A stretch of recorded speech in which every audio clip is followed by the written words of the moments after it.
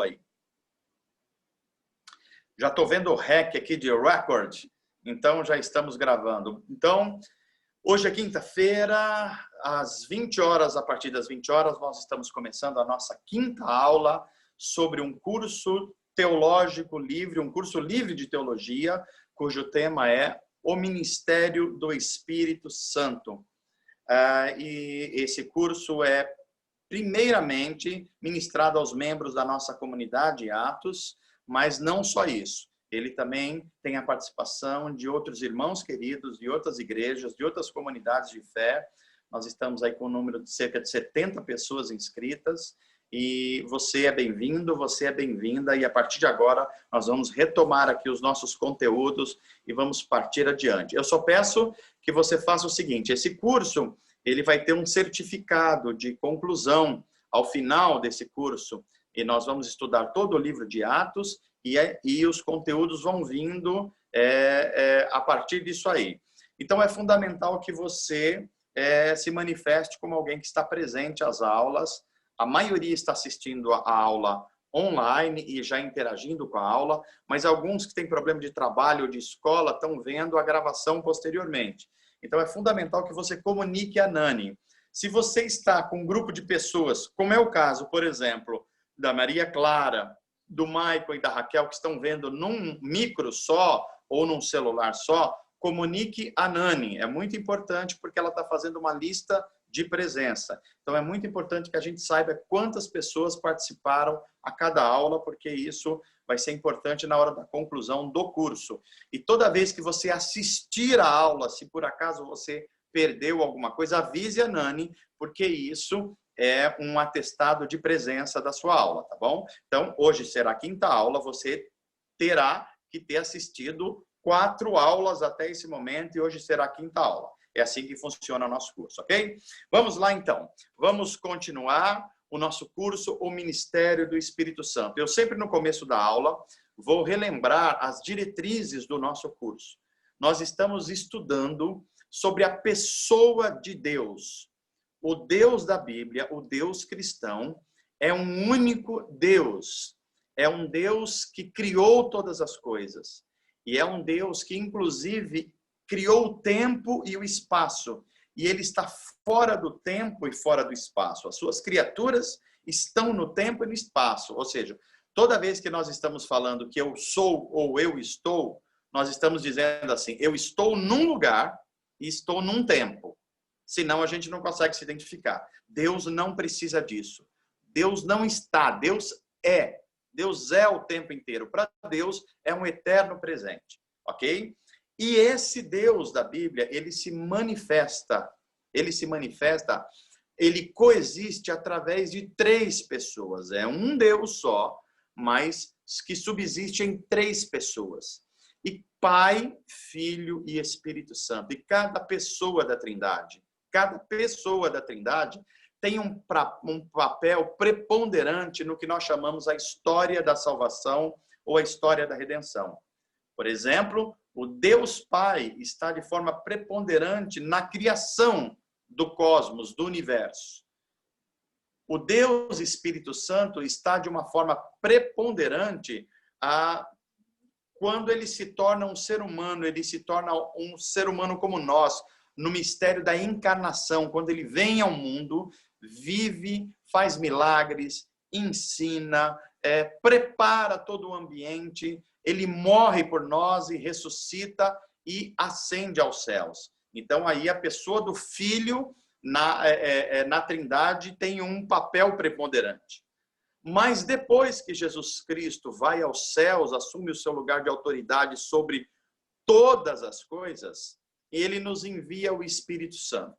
E a partir de Pentecostes, quando o Espírito Santo é derramado sobre toda a carne, sobre toda a humanidade, sobre a igreja e sobre cada discípulo de Jesus, então agora o ministério do Espírito Santo é a forma preponderante com que Deus se manifesta no nosso mundo. É a forma ativa de Deus no mundo. Então o nosso relacionamento com a Trindade hoje é majoritariamente um relacionamento com a pessoa do Espírito Santo. É a pessoa do Espírito Santo que está nos levando a conhecer melhor o poder e a vida de Jesus, o poder do nome de Jesus, está aplicando a salvação em nós, está nos fazendo conhecer o grande amor e a sabedoria de Deus. Daí, é fundamental nós conhecermos o ministério do Espírito Santo, a pessoa e a obra do Espírito Santo. Então, é fundamental a gente compreender isso, ok? Então, estou dando esse painel inicial para que a gente consiga se situar. E o ministério do Espírito Santo, ele começa de forma ativa no mundo no dia de Pentecostes. Então, isso é muito importante. Olha, eu vou relembrar um aspecto importante. Jesus Cristo morre durante as celebrações da festa da Páscoa judaica, que era a celebração de domingo a domingo, uma semana. Jesus morre na quinta-feira na sexta-feira de Páscoa, fica 3 dias morto, e dias aqui não é dias de 24 horas, é que os judeus contam o dia das 6 horas de uma noite até 6 horas do outro dia. Então, por exemplo, de 6 horas da quinta-feira até 6 horas de sexta, um dia. De 6 horas de sexta até 6 horas de sábado, 2 dias. De 6 horas de sábado até 6 horas de domingo, 3 dias. Então, Jesus ressuscita durante o terceiro dia, ou no terceiro dia, ok? Depois da ressurreição de Jesus, Jesus aparece aos discípulos e várias pessoas durante 40 dias. Então, é importante que você se lembre disso. Depois da ressurreição de Jesus, ele se manifesta com o corpo da ressurreição durante 40 dias. 40 dias. Aquele episódio em Emaús é um desses episódios. O episódio no cenáculo, onde Jesus entra num culto com as portas fechadas, é outro episódio, ok? São vários episódios. O aparecimento a Maria, o aparecimento depois a Pedro e aos discípulos. Depois desses 40 dias, Jesus reúne os discípulos e então os discípulos veem ele sendo levado aos céus. Esse é o episódio da ascensão. Esse episódio é da maior importância porque não mostra apenas Jesus indo para o céu. Ele implica em mais coisas. Implica que Jesus, subindo aos céus, ele volta à sua posição de plena autoridade sobre todas as coisas, sobre a criação e sobre a humanidade. Veja, quando Jesus esteve como homem no nosso mundo, ele não deixou de ser Deus, mas ele se limitou como Deus. Agora, ele ascendendo aos céus, indo ao céu, ele assume a sua autoridade plena. Então, é plenamente Deus e plenamente o homem em toda a sua autoridade, ok? Mas ele prometeu que nos enviaria um outro conselheiro, um outro consolador, que é o Espírito Santo. E a partir de então, 40 dias depois da ressurreição, ele ascende aos céus. 10 dias depois dele ascender aos céus, 10 dias, acontece a festa judaica dos Pentecostes, ou do Pentecostes. Que significa o quê? Significa penta 50 dias após a Páscoa. Jesus morre numa festa de Páscoa judaica. E o Espírito Santo desce durante uma festa judaica chamada Pentecostes. Por isso que nós falamos que é a celebração do Pentecostes. Então, o Espírito desce, é derramado sobre toda a humanidade numa festa judaica chamada Pentecostes. E aí marca o ministério proeminente do Espírito Santo no mundo, que atinge os nossos dias e vai até o retorno de Jesus Cristo ao nosso mundo. A vinda plena de Jesus Cristo ao mundo dos homens para estabelecer um mundo pleno de justiça e de juízo. Ok? Então, essa primeira orientação geral é que eu queria dar a vocês. Valdir, nós podemos voltar então às telas a partir de agora? Eu só vou pegar um copinho d'água enquanto o Valdir está projetando a próxima tela para a gente, tá bom?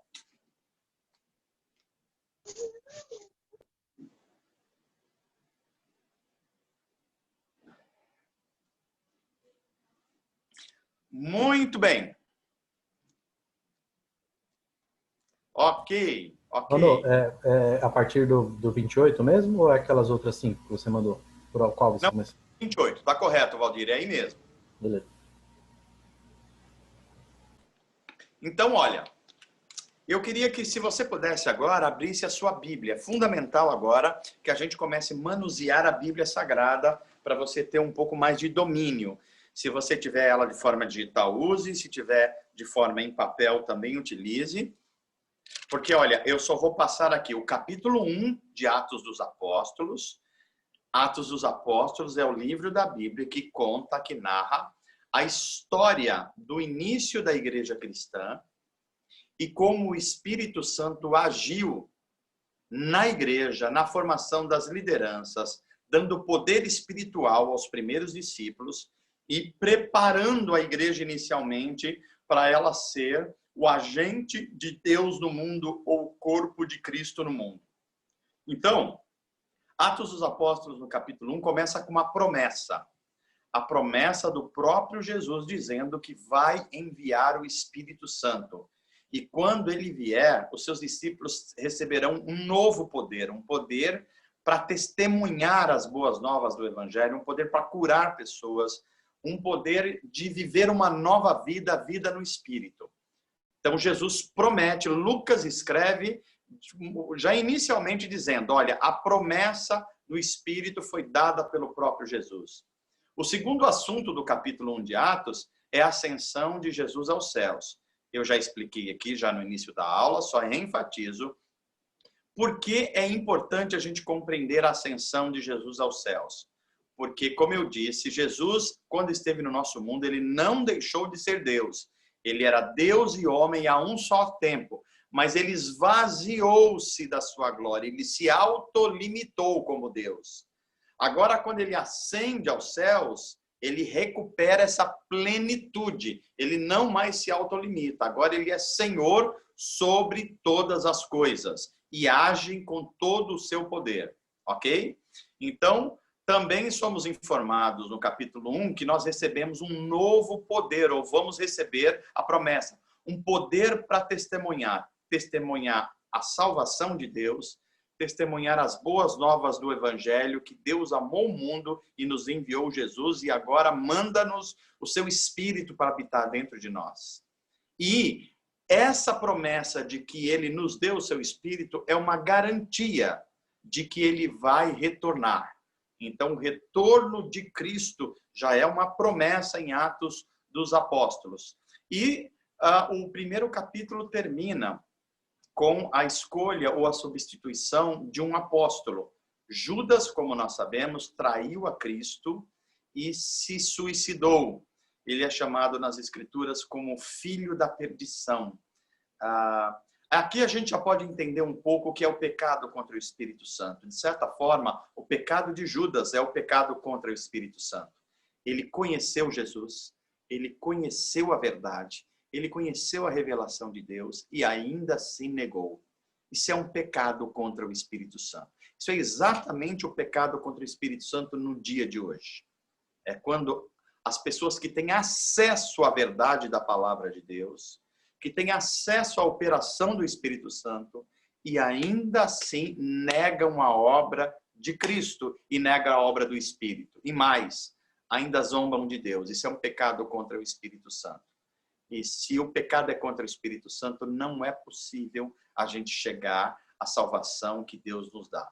Ok? Então, Judas é substituído por um apóstolo chamado Matias. Matias, então, completa o número de 12 apóstolos. 12 apóstolos é muito importante, porque eles são representante do novo Israel de Deus. Assim como as tribos do Antigo Testamento, as 12, era a representação do antigo Israel. Ok? Em Apocalipse você vai ler que os 24 anciãos vão julgar o mundo juntamente com Cristo exaltado. Quem são esses 24 anciãos? São os 12 representantes do Antigo Testamento, das tribos, e os 12 apóstolos de Jesus, representantes do novo Israel de Deus no Novo Testamento. Ok? Tela seguinte, Valdir. Então vamos lá. Aí nós chegamos a Atos dos Apóstolos no capítulo 2. E o capítulo 2, qual é o conteúdo dele? Primeiro, ele narra a vinda do Espírito Santo durante a festa judaica de Pentecostes.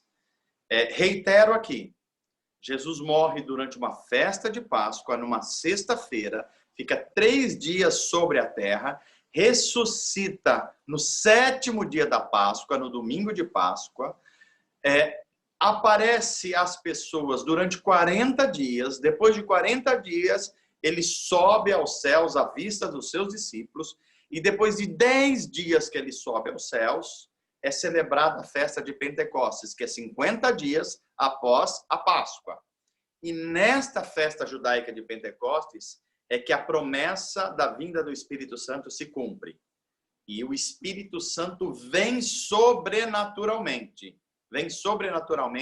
sobre, primeiramente, 120 pessoas que estavam num culto.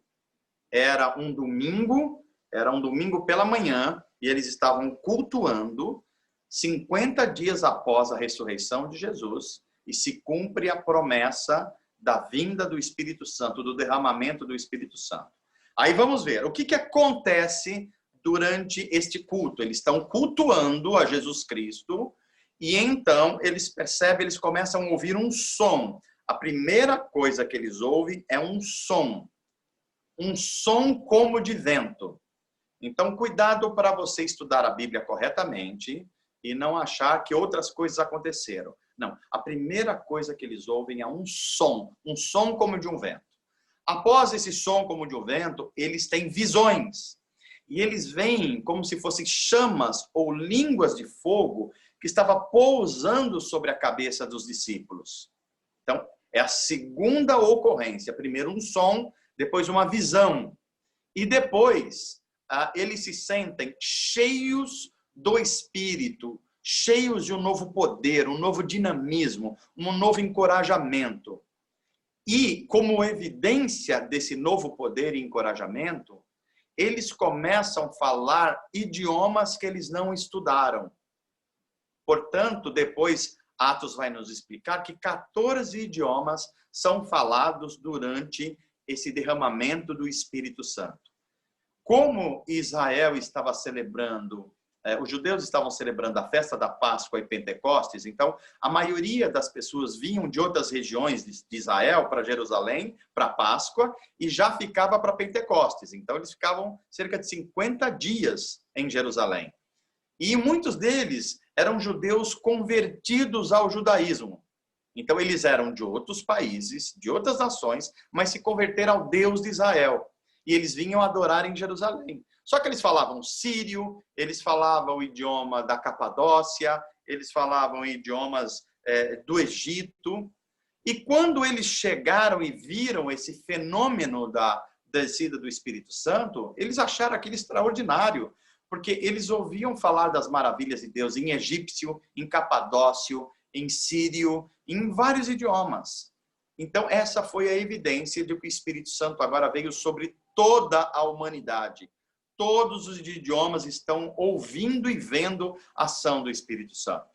Em terceiro lugar, vem então Pedro, se levanta e começa a explicar, dizendo, gente, o que vocês estão vendo aqui é um ato sobrenatural, é uma promessa de Deus. O profeta Joel e os profetas do Antigo Testamento prometeram que chegaria uma época que o Espírito Santo viria de forma derramada sobre toda a humanidade. Isso está acontecendo hoje. Essas línguas que vocês estão ouvindo são uma evidência do poder do Espírito Santo para que vocês ouçam e conheçam o propósito de Deus através da vinda do Espírito Santo. E tem mais, eles não estão bêbados, eles estão cheios do Espírito. E vocês podem se arrepender também e confessar Jesus Cristo e receber o perdão dos pecados e o dom do Espírito Santo.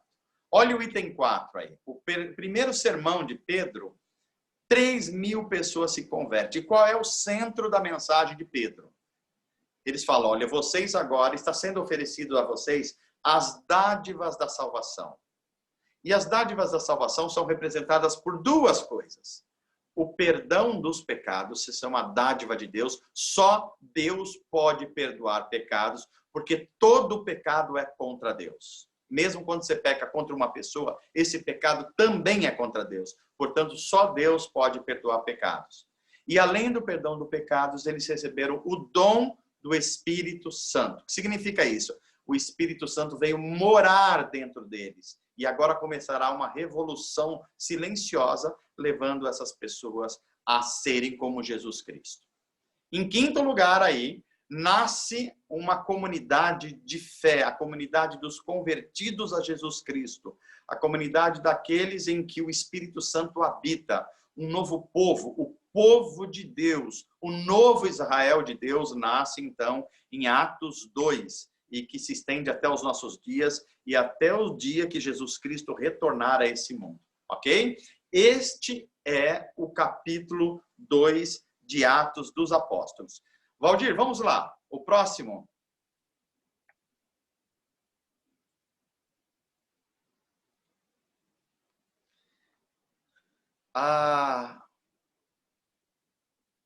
Esta é a tela, tu vê, vamos mudar aqui a próxima tela.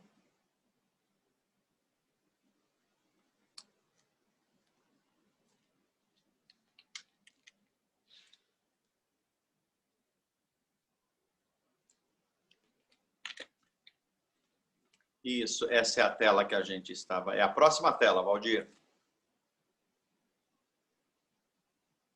Daqui a pouco nós temos a nossa pausa para os questionamentos, para as perguntas, tá bom? Tá vindo na mesma tela, Valdir, ainda. Vê se você consegue ajustar aí, para a gente dar um salto adiante no nosso conteúdo. Ok? Ok. Então, gente, preste atenção agora que esse é um assunto um pouco novo dentro do nosso curso aqui. Preste bastante atenção. Nós estamos acostumados na nossa cultura com os livros, com o cinema, com os filmes. E essas expressões da cultura, elas contam histórias. E essas histórias, normalmente, elas têm em formato de um drama. O que é um drama? Desde os gregos antigos, um drama é o seguinte. É uma história que tem uma história inicial em que as coisas estão bem, foram criadas para um certo bem. Algo de errado acontece e perturba esse ambiente de harmonia. No meio dessa perturbação desse ambiente de harmonia, normalmente é uma promessa de que esse ambiente vai voltar a ser como era antes. Portanto, o nome disso é redenção. Então, tem um herói que vem vencer o mal, vencer os bandidos, vencer toda forma de expressão de mal. E para isso, normalmente, ele faz sacrifícios. Às vezes, ele tem que dar sua própria vida para que um povo seja liberto, para que uma nação seja liberta, para que o mal seja eliminado. E depois que isso acontece, muitas pessoas passam a viver como esse herói, elogiar esse herói, querer imitar a vida desse herói. E normalmente essas histórias mostram um retorno desse herói para estabelecer de novo um ambiente de harmonia. Isso é um drama. Então, um drama tem uma situação inicial de perfeição e harmonia, tem uma situação de perturbação da ordem, tem uma promessa de renovação da harmonia e tem o cumprimento dessa promessa. Isso é um drama na história dos gregos, na história dos filmes, a gente vê isso, na história dos livros. E as escrituras também elas contam um drama. E eu queria colocar aqui para vocês as escrituras em forma de um drama cultural. O drama, normalmente, eles são contados em atos. Ato 1, ato 2, ato 3. Uma peça de teatro é contada assim. Normalmente, óperas são contadas assim. Então, como é que as escrituras revelam a história de como Deus está salvando a humanidade e restabelecendo a sua criação? Primeiro, o ato 1. Se a gente estivesse vendo agora uma peça de teatro ou um filme, entra em cena. Então, o estabelecimento do reino, a criação. Imagina uma peça de teatro onde você vai vendo as coisas sendo criadas. Água, montanhas, os pássaros, os animais terrestres, as cachoeiras, a atmosfera. Tudo está sendo estabelecendo um reino harmonioso. Tudo combina, não tem mal, não tem maldade. Mas aí chega o final do primeiro ato, entra o ato 2. inesperadamente algo de mal entra nesse reino. As coisas começam a se desajustar. As coisas perdem o seu propósito. Ato 2, há uma rebelião no reino. É precisamente isso que a teologia cristã chama de queda moral e espiritual do homem. Algo de mal entra no reino perfeito de Deus. É o ato 2. Ato 3, há uma promessa. Há uma promessa que esse mal vai ser eliminado e que as coisas vão voltar à sua harmonia. Essa promessa é uma promessa de redenção. As coisas vão voltar à sua harmonia, à sua normalidade. Quando é que Deus faz isso? Com a escolha de um povo, o povo de Israel, a partir de um patriarca chamado Abraão.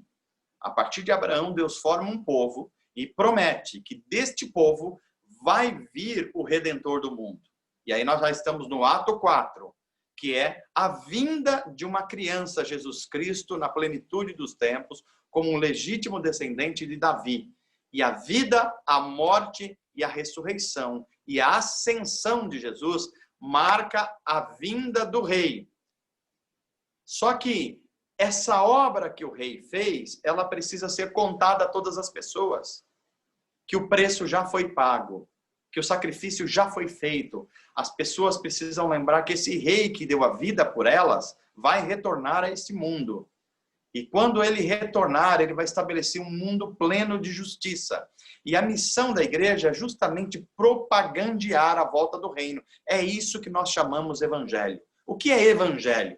É a mensagem de que Deus já fez, através de Jesus Cristo, o que a gente não poderia fazer. E o que ele fez? Ele deu a sua vida por nós. Ele morreu em nosso lugar. Ele perdoou os nossos pecados. E ele nos deu o dom do Espírito Santo.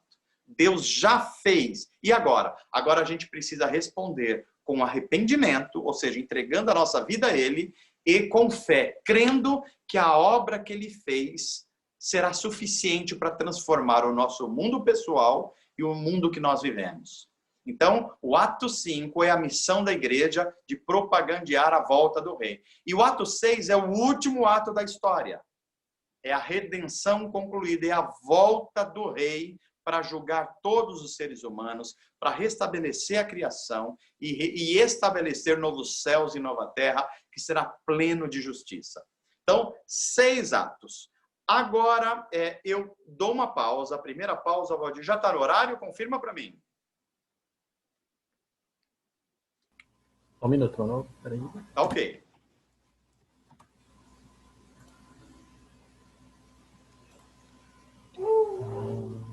Pausa 8h40.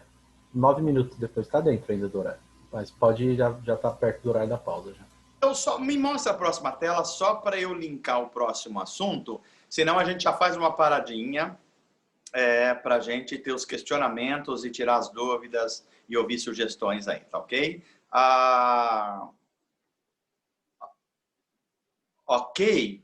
Então, ok. Não, essa será a próxima tela que a gente vai reiniciar, tá bom? Precisamente essa aí. Então, vamos lá. Pode abrir agora as perguntas, Valdir. Está contigo aí, eu estou aqui na escuta. Pessoal, quem tiver pergunta, pode acenar aí no Zoom ou pode escrever no chat. Mas eu acho que seria legal o pessoal perguntar. Pode perguntar, abrir a câmera se quiser, fica à vontade, tá? Tá. Só dá Valdir, acenar que eu libero. você tirar a tela por enquanto, para a gente ver as telas. Eu estou só com o meu celular aqui. Já estou vendo aqui, já estou vendo você. E quando alguém chamar para pergunta, eu mudo para a câmera, que eu estou só com o celular hoje, eu não estou com... Deixa eu dar uma pausa aqui, então. Nós estamos ouvindo o fundo musical do Mateus. Pois é. Deixa eu ver. O pessoal está bem tranquilo hoje, que bom. Ou estão entendendo tudo, ou não estão entendendo nada. Quem estiver me ouvindo, só dá um joinha, só para ver se está todo mundo me ouvindo.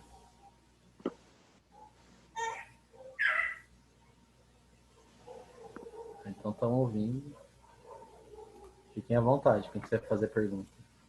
Mano, como você deu uma passada sobre um tema, só queria dizer aqui que teve uma pergunta que era do Emerson, que acho que de umas 2 ou 3 semanas atrás, que era sobre o pecado contra o Espírito Santo ao ponto dele se afastar de nós. Acho que você já deu uma passada nisso.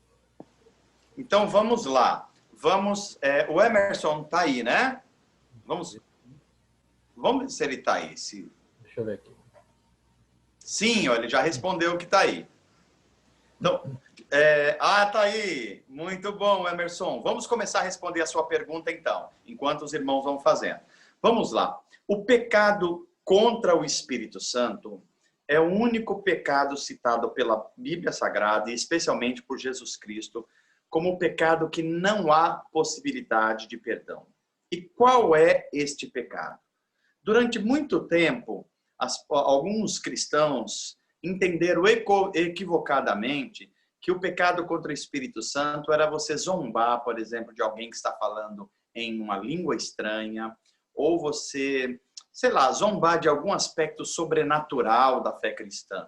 É claro que uma pessoa não deve fazer isso, mas isso não é o pecado contra o Espírito Santo.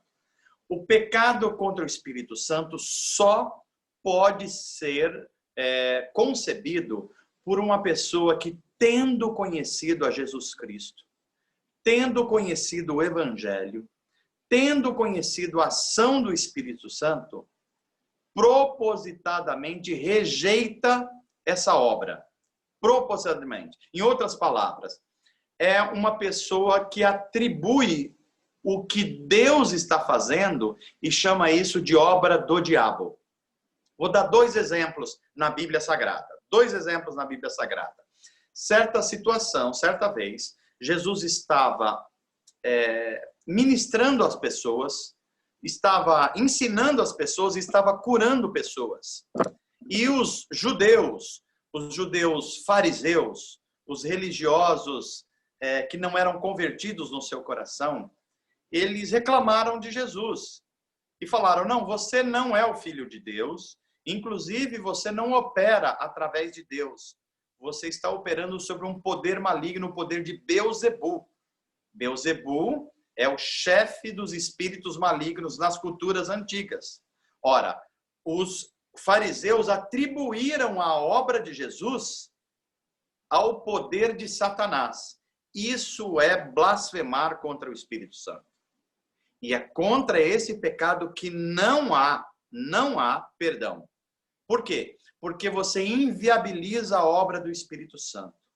O Espírito Santo tem a obra justamente de abrir nossos olhos espirituais, o nosso coração, para compreender a obra de Cristo. Se eu tendo essa oportunidade, eu nego que aquela obra vem de Deus e atribuo aquilo a Satanás, eu fecho a única porta que eu tenho para conhecer Deus e a obra da salvação. Portanto, este é o pecado contra o Espírito Santo.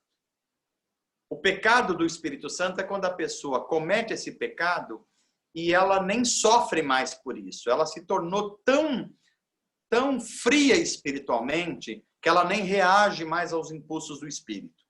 Esse é um exemplo na Bíblia. O exemplo dos fariseus que atribuíram a obra de Jesus a Beelzebu. O outro exemplo é o exemplo de Judas, aquele que traiu Jesus.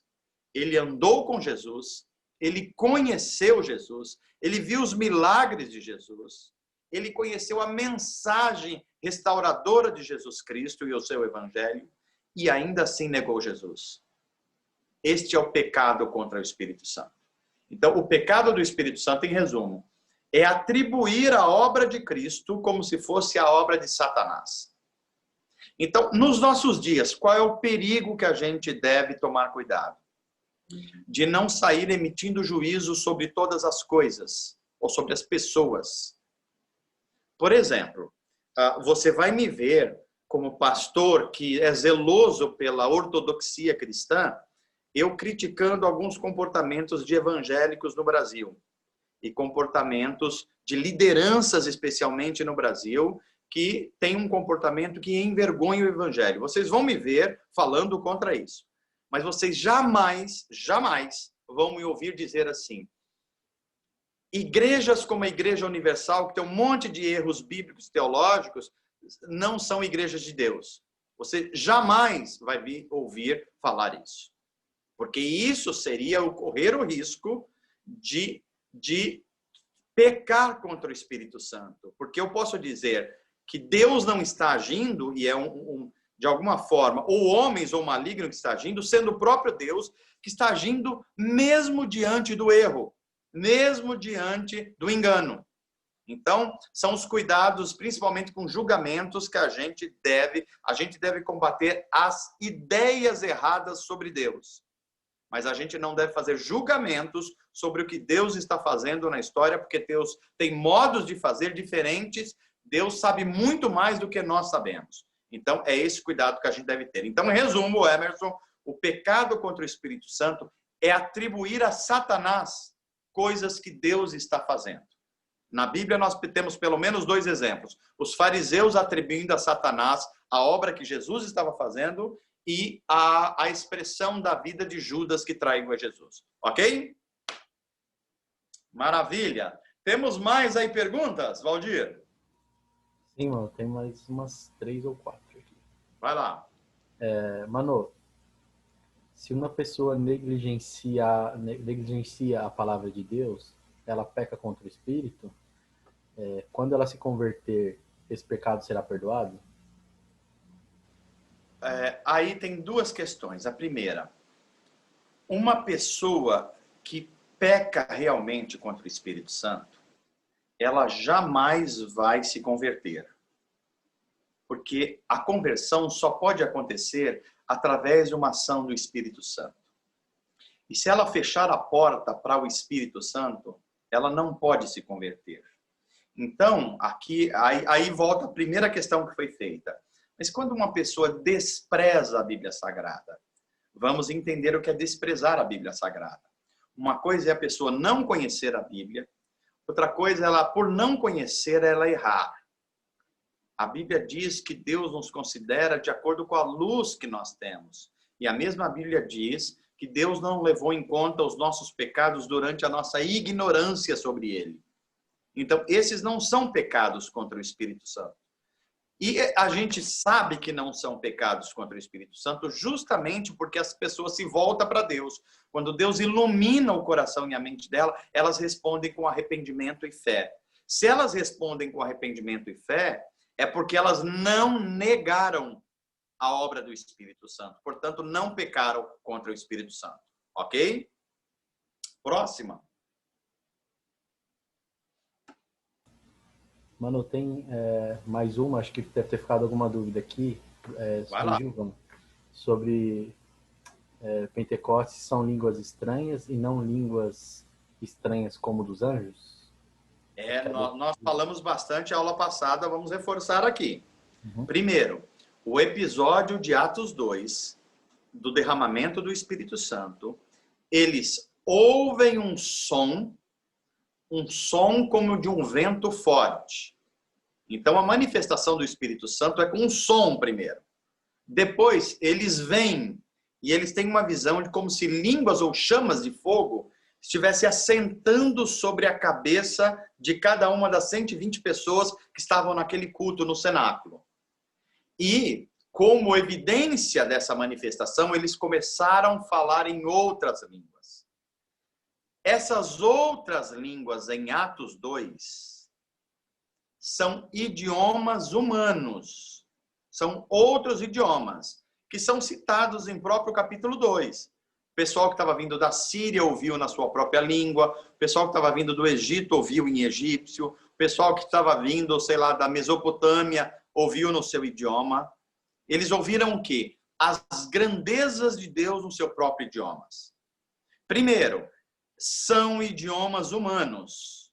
O poder de Deus fez com que pessoas iletradas, vamos dizer assim, pessoas interioranas, caipiras, falassem outros idiomas que eles nunca estudaram. Foi o poder do Espírito Santo que fez isso como um sinal para aqueles estrangeiros que estavam visitando Jerusalém na festa judaica dos Pentecostes. Essa é a primeira coisa. Segundo, em nenhum lugar do Novo Testamento é dito que línguas estranhas é línguas de anjos. Então esqueçam isso. Isso é um grande erro de interpretação bíblica.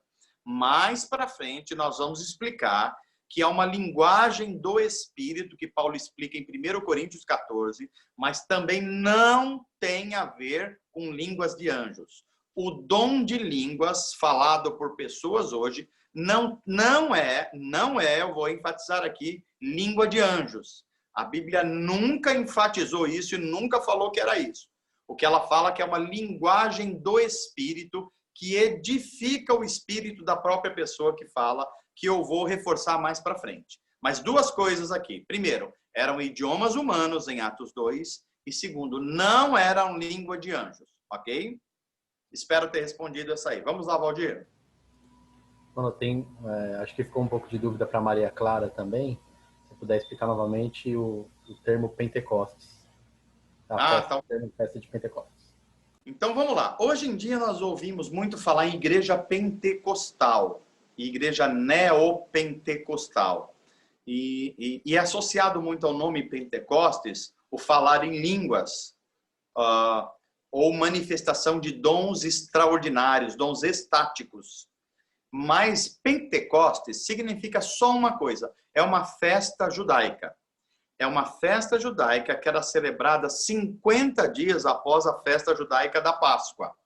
Então a Páscoa começava num domingo e terminava no outro domingo. A contar desse primeiro domingo da Páscoa, 50 dias, era o dia de Pentecostes. Foi nessa festa judaica chamada Pentecostes que o Espírito Santo foi derramado e houve essas evidências de falar em outras línguas, de terem visões de Deus. Então, a partir desse nome, ao longo da história da igreja, foi chamado de pentecostalismo ou dom pentecostal. Então, o Pentecoste significa uma festa judaica de 50 dias, penta é 5, Pentecostes vem de 50 dias após a Páscoa judaica, ok? Agora, o que nós conhecemos como pentecostalismo hoje é resultado de algo que aconteceu no comecinho do século XX passado, portanto, um pouco mais de 100 anos, que houve um renovo dessa busca por falar em línguas. E essa linguagem espiritual aconteceu num movimento na Califórnia, na Rua Azusa, que chamou Movimento da Rua Azusa, que iniciou-se um movimento pentecostal no mundo. O que significa isso? Um movimento que significa duas coisas: que todos os dons espirituais do passado são válidos hoje, e segunda coisa, que há uma segunda bênção entre os cristãos que é chamado batismo no Espírito Santo. A primeira bênção é a conversão e a segunda bênção é um batismo, um poder espiritual específico do Espírito Santo que vem sobre os crentes. Isso é chamado segunda bênção. Isso é pentecostalismo, mas daqui a pouco eu vou explicar melhor o que significa. Mas Pentecostes significa uma festa judaica, uma celebração que é feita 50 dias após a Páscoa judaica. Vamos lá. Mano, tem uma aqui do Diga. Alex, da Fúvia. Eu vou tentar interpretar aqui. Tá. Se eu, por acaso, não estiver dentro da ideia, ele pode abrir o microfone aí, ou por texto, só me corrigir, tá? Vou dizer o que eu entendi. A dúvida dele é se uma pessoa, se ela estiver endemoniada, possuída por espíritos malignos, se nessa situação ela peca contra o Espírito Santo, mesmo não estando com o domínio do corpo, das faculdades mentais, talvez, né? E quem teria a responsabilidade por esse pecado? Se é a pessoa mesmo ou o próprio demônio que estaria possuindo? Tá, vamos lá. Se eu bem entendi a pergunta, então é o seguinte: uma pessoa que está possessa sobre um espírito maligno, ela está sob um poder maligno, mas ela não deixa de perder a sua identidade. Ela está influenciada por um espírito maligno. E de forma nenhuma, uma pessoa que está possessa por maligno, ela não pode ser liberta. E aí o poder, aí que está a responsabilidade dos cristãos, é exatamente aí, Alex, que é ministrar no poder do Espírito Santo o poder do nome de Jesus. Nós recebemos esse poder. E quando nós invocamos o nome de Jesus, e não o sangue de Jesus, é o nome de Jesus, este nome tem poder e autoridade para expulsar esses espíritos malignos. Então, o fato de uma pessoa estar endemoniada ou possessa por um espírito maligno não é um pecado contra o Espírito Santo. O que precisa aí é a libertação no poder do Espírito Santo. E depois, ela de novo recuperar da sua sobriedade espiritual, aí ela pode pecar contra o Espírito Santo, rejeitando, dizendo, não foi Jesus que me libertou, eu não quero saber de Deus, eu não quero saber de nada, sou eu que governo a minha vida, eu não creio em nada disso. Aí entrou por um caminho que pode ser um pecado, se ela não se arrepender disso, veja, se ela não se arrepender disso, isso pode ser que se torne um pecado contra o Espírito Santo. Mas o fato dela estar possessa por espírito maligno, não.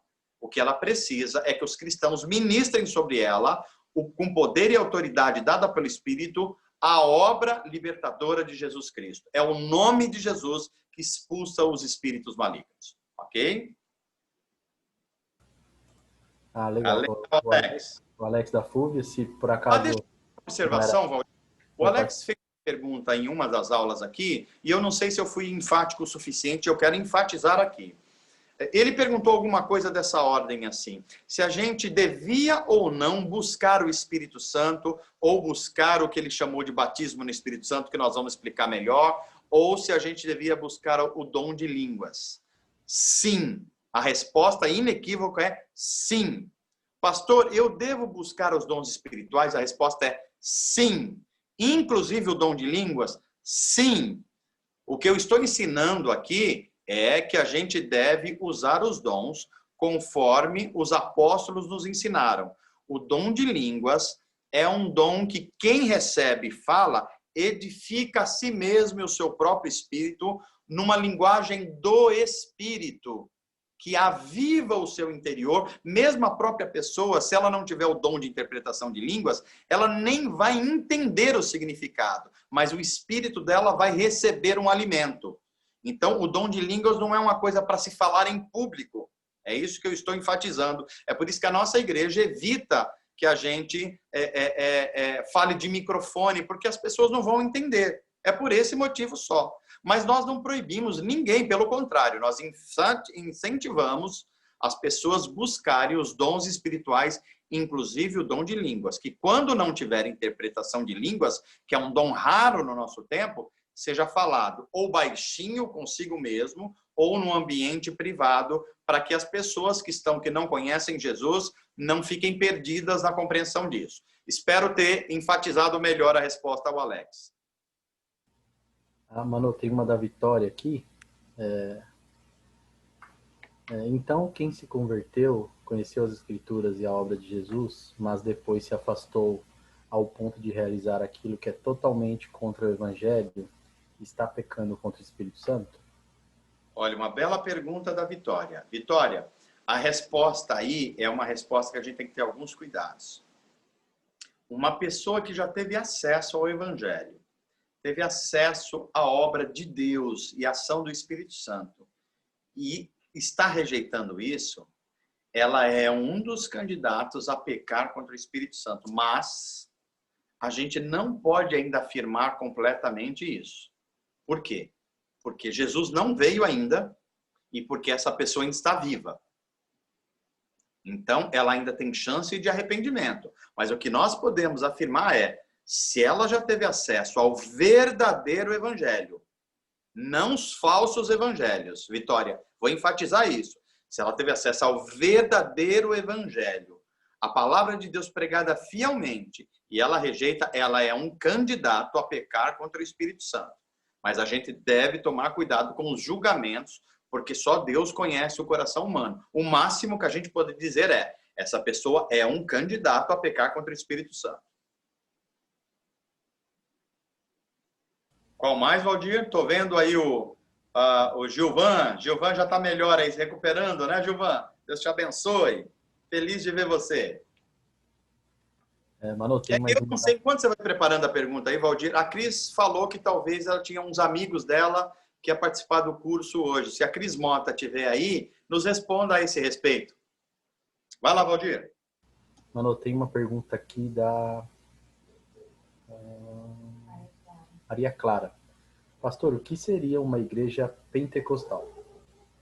Ok, então vamos lá. Eu já falei um pouquinho agora há pouco, mas vamos enfatizar isso melhor.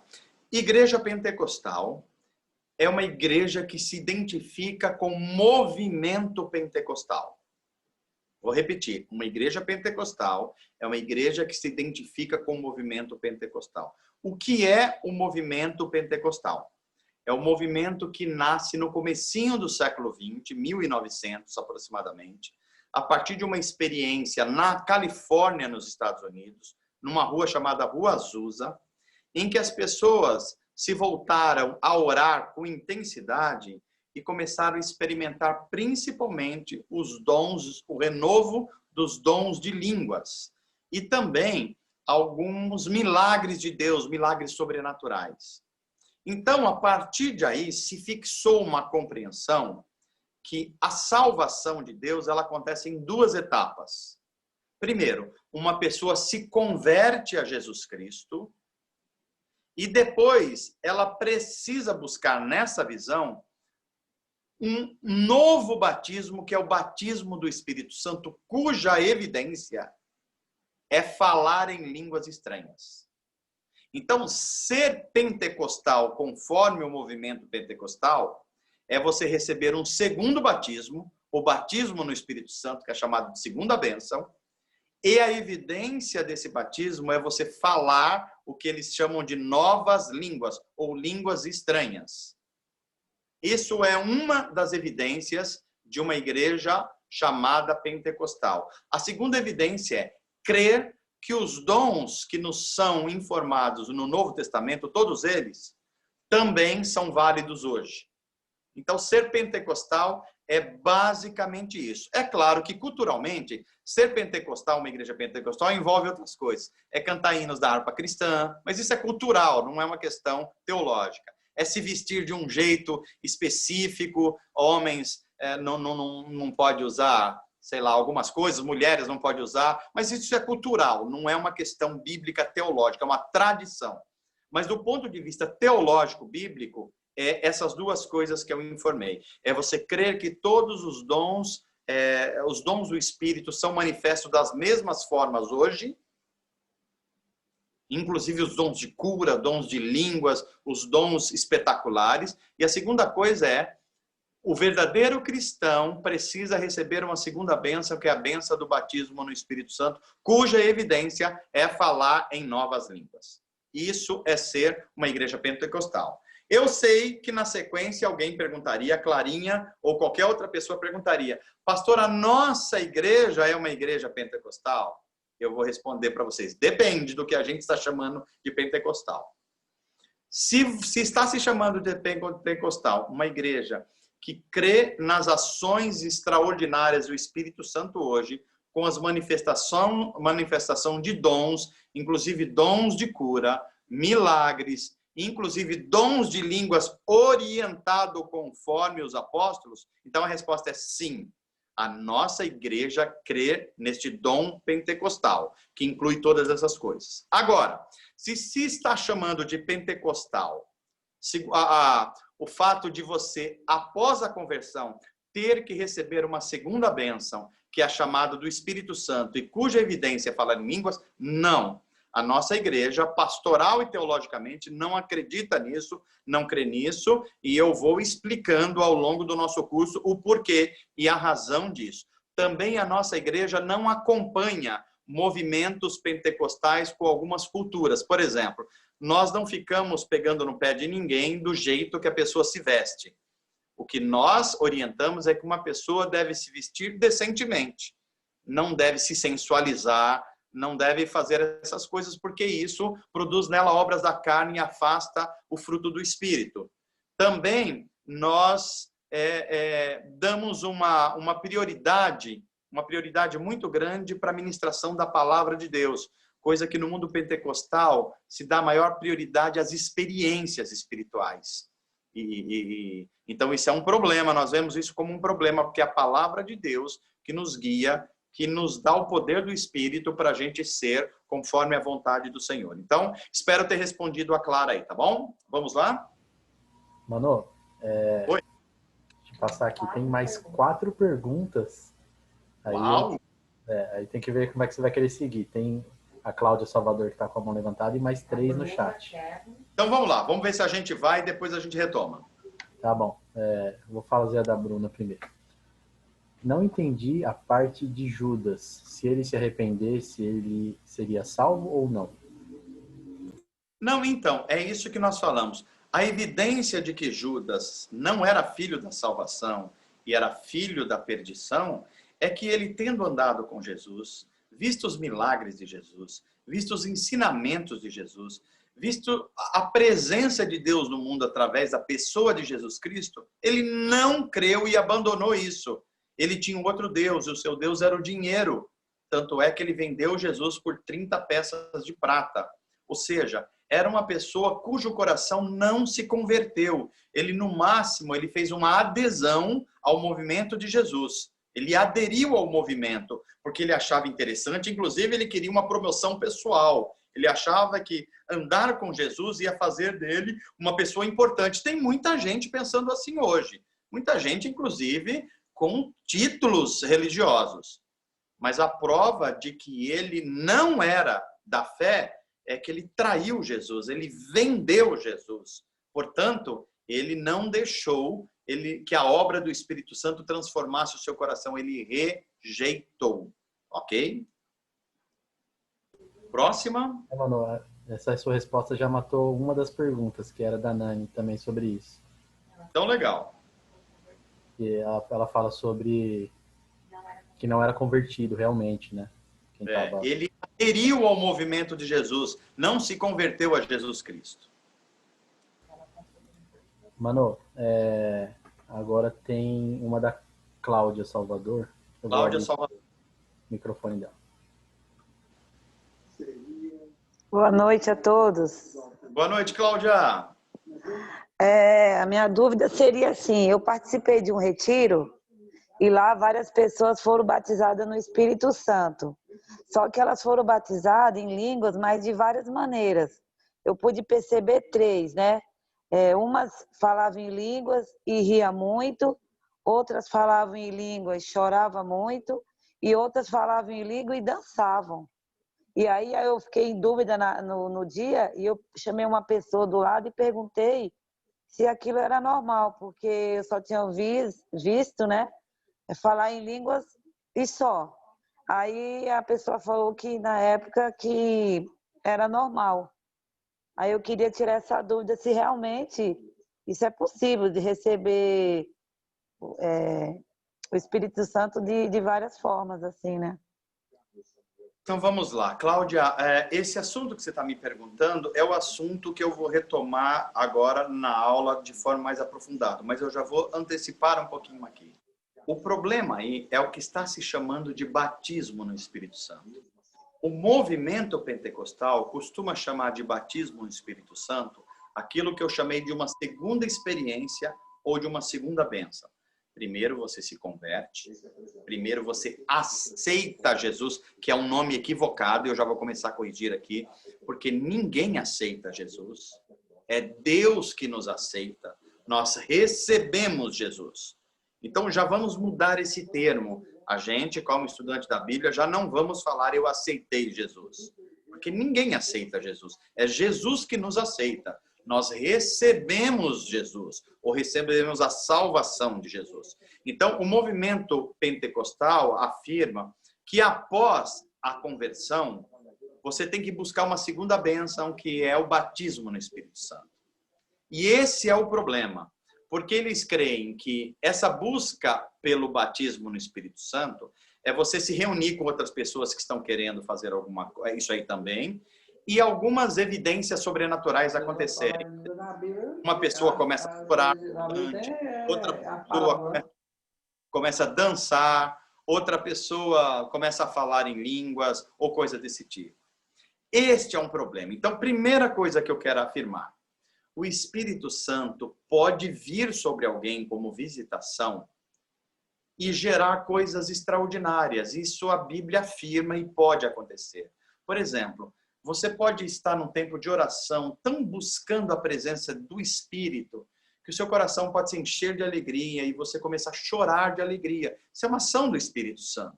Isso pode acontecer, mas isso não é batismo no Espírito Santo. Segunda coisa, uma pessoa pode estar orando, cantando, se entregando à comunhão com Deus e buscando essa intimidade com o Espírito Santo, e sei lá, o Espírito Santo dá a elas uma forma de cantar ou de alegria tão grande que ela extravasa. Isso é totalmente possível, porque o Espírito faz essas coisas, mas isso não é batismo no Espírito Santo. Uma pessoa pode buscar a presença do Espírito e os dons do Espírito e receber o dom de línguas. Mas isso não é nem língua dos anjos e nem é batismo do Espírito Santo. É um dom espiritual. É aí que reside a dificuldade, Cláudia. Isso que o movimento pentecostal chama de batismo não é batismo no Espírito Santo. São visitações do Espírito Santo a quem busca ser cheio do Espírito.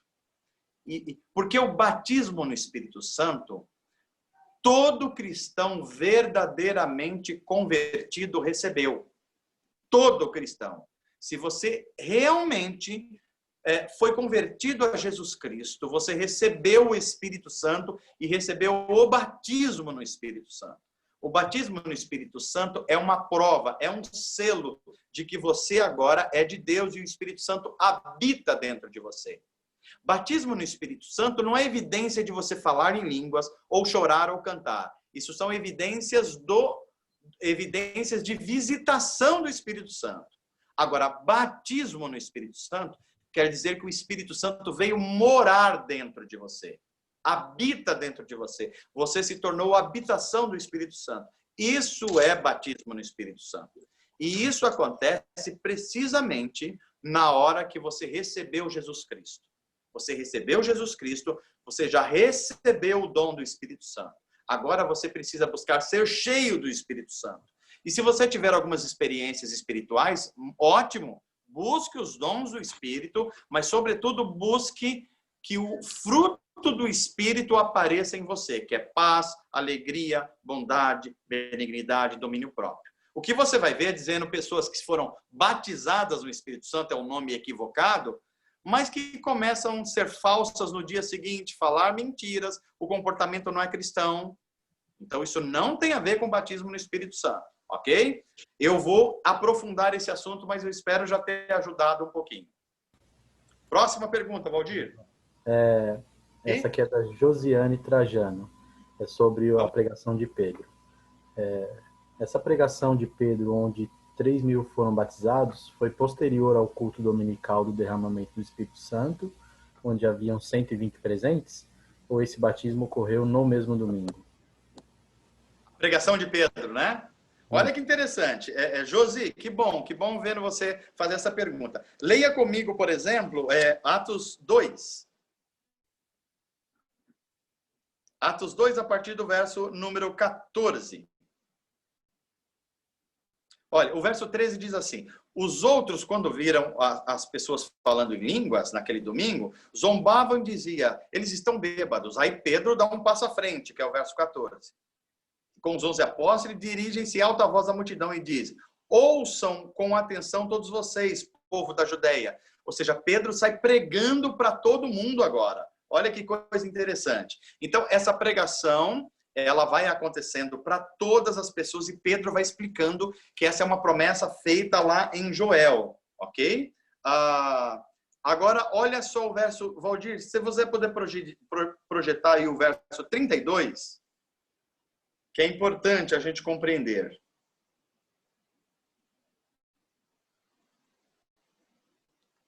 Ó. Foi esse Jesus que Deus ressuscitou, e todos nós somos testemunhas disso. Pedro falando. Ele foi exaltado, a ascensão de Jesus.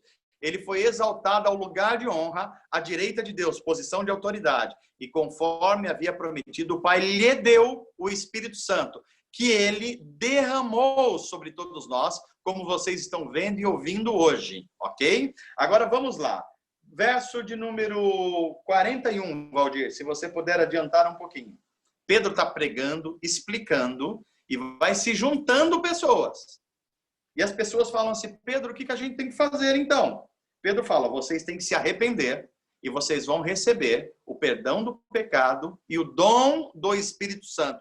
Esse dom do Espírito Santo é a mesma coisa que receber o batismo no Espírito Santo. Dom do Espírito Santo aí é o mesmo que receber o batismo no Espírito Santo. Ou seja, o Espírito Santo passou a morar dentro de você. Você se tornou a habitação do Espírito Santo. E agora, no verso 41, os que acreditaram, ou seja, os que se arrependeram e manifestaram fé, os que acreditaram nas palavras de Pedro foram batizados. E naquele dia houve um acréscimo de cerca de 3.000 pessoas. Josi, respondendo a tua pergunta, é no mesmo momento. Acontece primeiro com 120. 120 pessoas estão falando em línguas, em 14 idiomas. As pessoas falam, o que está acontecendo com eles? Eles estão bêbados. Aí Pedro sai para fora lá do tabernáculo, onde eles estão cultuando, e fala, não, isso aqui é a promessa de Deus feita através do profeta Joel e do próprio Jesus, que ele derramaria do seu Espírito. Isso está acontecendo agora. E nós estamos vivendo uma nova era, a era do Espírito. E aí as pessoas perguntam para Pedro, Pedro, e o que a gente faz então diante disso?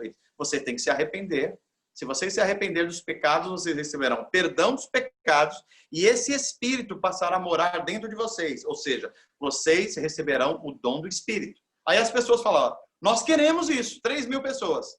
Aí Pedro falou, olha, agora vocês estão recebendo, porque eu estou ministrando a vocês o Espírito Santo.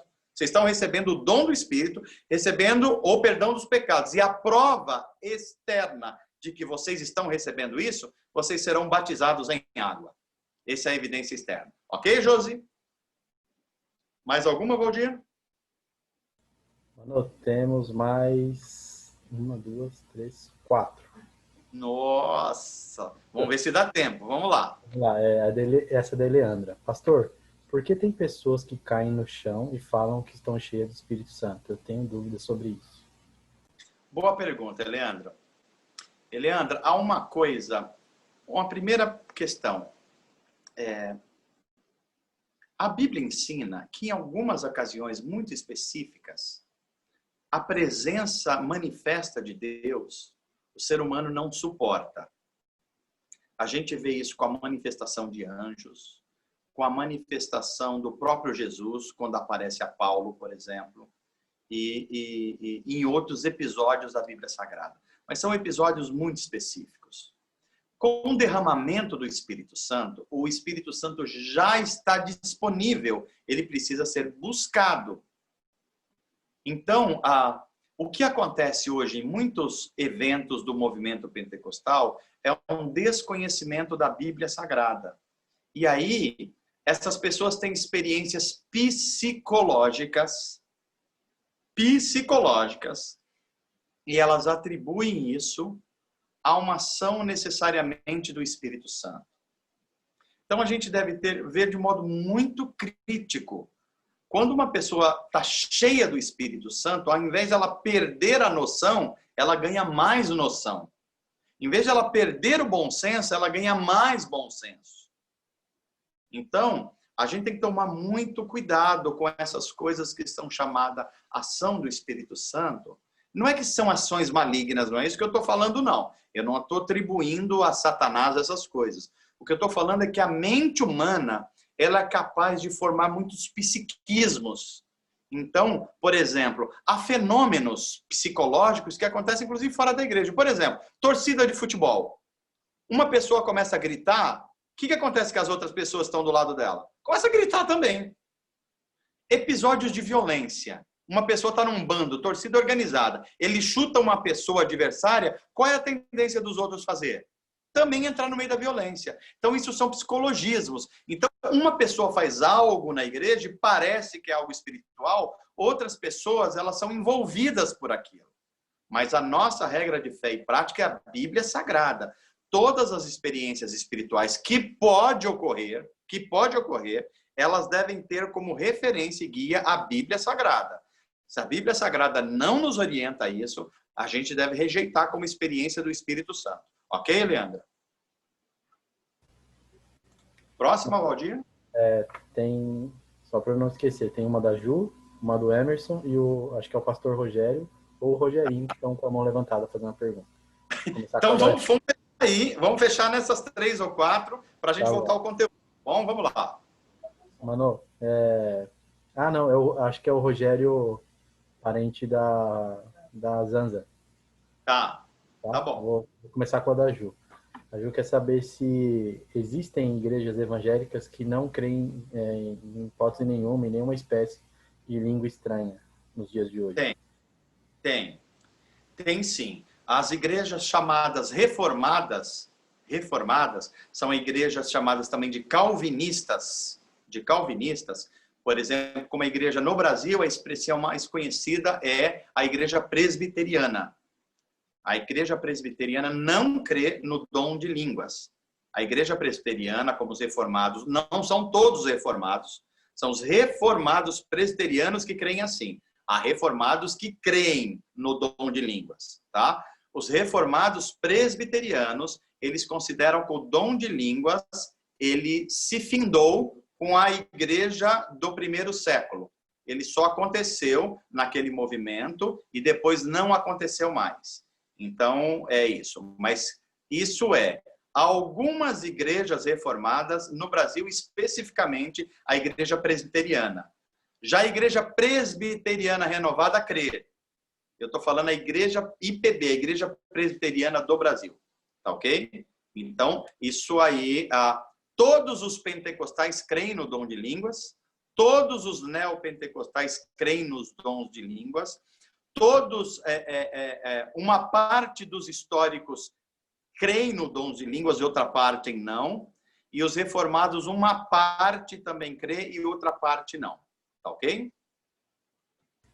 Beleza. Por exemplo, vou reforçar aqui. A nossa igreja, a Comunidade Atos, é uma igreja que majoritariamente ela se orienta para uma teologia reformada, que depois eu vou explicar o que é. E ela crê no dom de línguas. Mas o dom de línguas ele tem que ser disciplinado conforme os apóstolos nos ensinaram. Legal, mano. Eu vou abrir aqui o microfone do Rogério. Agora eu lembrei, o Rogério é meu companheiro de corrida. Ah, legal. Vou abrir aqui o microfone dele.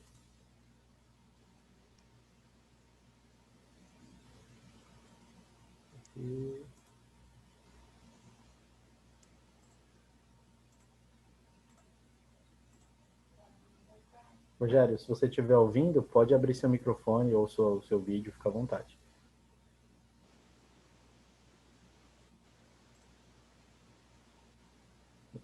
Acho que ele não deve estar ouvindo. Será que ele não está ouvindo? Deixa eu tentar achar a câmera dele aqui. Eu pedi aqui para ele abrir o microfone e a câmera. Tem um Rogério aqui, eu acho que é ele. Só que o microfone dele está mutado. Eu já pedi autorização para abrir também. Aí, abriu. Abriu? Tá me ouvindo? Oi, Rogério. Passei a te ouvir agora. Um prazer ter você aqui com a gente. Boa noite. Amém. Boa noite. Também, glória a Deus. Pastor, uma pergunta. Eu conheço um pastor que ele só concede cargos a irmãos no seu ministério, na sua igreja, se eles falarem em línguas estranhas e forem batizados no Espírito Santo. Essa é a minha dúvida. A pessoa só pode ter cargo numa igreja, cargo ou ajudar na obra do Senhor, se for batizado no Espírito Santo, ou muitas das vezes pessoas, que nem o pastor já disse, são cheias do Espírito Santo, mas não são ainda batizadas com o Espírito para falarem em línguas, essas coisas. Ele está agindo da forma correta ou está agindo equivocadamente? Rogério, obrigado pela sua pergunta e pela sua participação. E eu vou ter a maior alegria em explicar. Rogério, o Brasil quase inteiro, ele foi formado em grande parte no século XX pelo movimento pentecostal. E o movimento pentecostal, ele sofreu algumas mudanças, mas em alguns lugares ele ainda crê em algumas coisas. A primeira, essa experiência que você falou de pastores só consagrarem pessoas a cargos específicos como o diaconato, se eles forem batizados no Espírito, e segundo, se eles falarem línguas, tem dois grandes problemas. Por exemplo, a Assembleia de Deus, de modo oficial na sua declaração, já não exige isso. A Assembleia de Deus já tratou esse assunto dessa forma, mas hoje, oficialmente, mesmo a Assembleia de Deus, que é uma igreja do movimento pentecostal, não exige mais isso, porque já teve uma compreensão correta que isso não há sustentação na Bíblia. Primeiro, o batismo no Espírito Santo não é a mesma coisa que falar em línguas. Falar em línguas é um dom espiritual que um cristão pode ter ou não.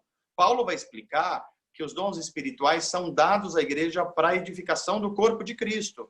E nem todas as pessoas têm todos os dons. Então, uma pessoa pode ser um legítimo cristão, um cristão cheio do Espírito Santo, um cristão com boa atuação nos dons espirituais e não falar em línguas e não tem nenhum problema.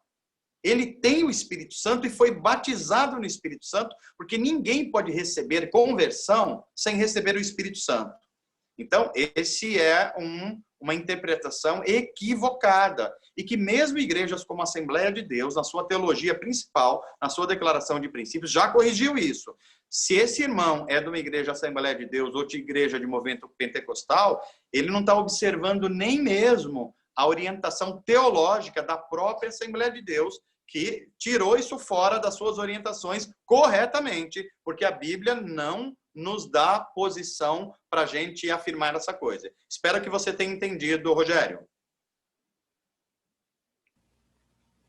Legal, mano. Ó, temos a última aqui, Gi, do Emerson. vamos lá. Pastor, desculpe fugir um pouco do assunto em questão, mas tenho uma dúvida.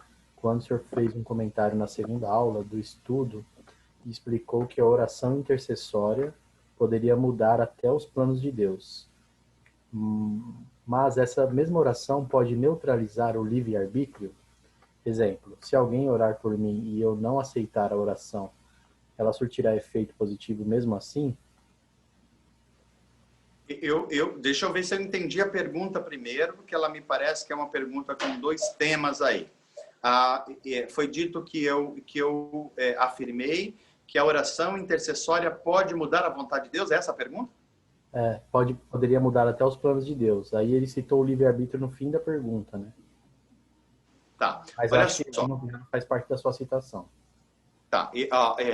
Deixa eu ver a circunstância em que eu falei isso. Se nós estamos dizendo que plano de Deus é plano de redenção na história, não. Nada pode mudar o plano de Deus na história.